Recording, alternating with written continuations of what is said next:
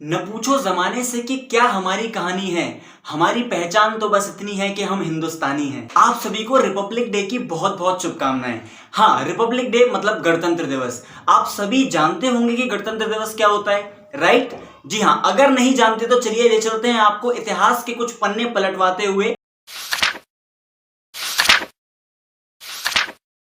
28 दिसंबर 1929 की ये बात है। जी हाँ, 28 दिसंबर 1929 की ये बात है। उस दिन क्या हुआ?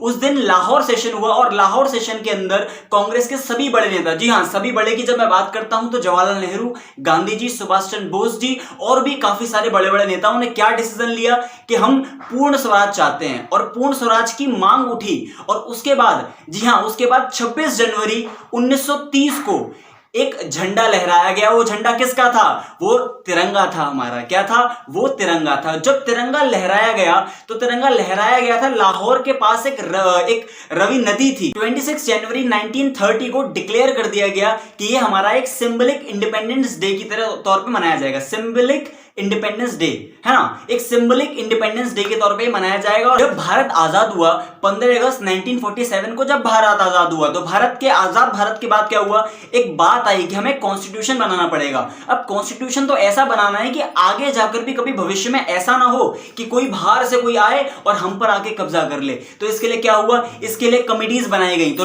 टोटल छोटी बड़ी सारी मिला के 13 कमेटी बनाई गई और उन 13 कमिटीज का हेड बनाया गया डॉक्टर राजेंद्र प्रसाद जी को, है ना। किसको बनाया गया है? डॉक्टर राजेंद्र प्रसाद को। अब डॉक्टर राजेंद्र प्रसाद को हेड बनाया, लेकिन उन 13 कमिटीज में से एक कमेटी तो ड्राफ्टिंग कमेटी भी थी।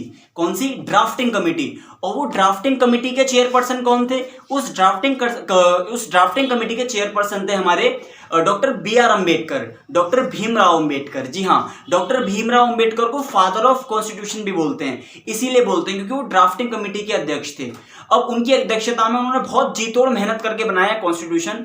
तो जो हमारा कॉन्स्टिट्यूशन था वो लॉन्गेस्ट रिटन कॉन्स्टिट्यूशन है। आपको पता है ये लगे कितने टाइम उसको बनाने में? 2 साल 11 महीने 18 दिनों से बनाने में लगे हैं। तो लॉन्गेस्ट रिटन कॉन्स्टिट्यूशन हमारा बना।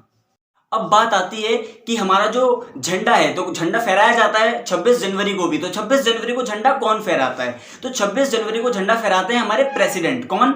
हमारे प्रेसिडेंट झंडा फहराते हैं उसमें। और कहां पर फहराते हैं? आपको पता होगा, इंडिया गेट से जब जाते हैं, इंडिया गेट से राष्ट्रपति भवन जब जाते हैं तो उसके बीच में जो रास्ता पड़ता है उसको बोला जाता है राजपाथ, है ना। क्या बोलते हैं? राजपथ बोलते हैं उसको। अब राजपथ पे झंडा फहराया जाता है ना। काफी लोग मानते हैं कि लाल किले पर राजपथ पर झंडा फहराया जाता है।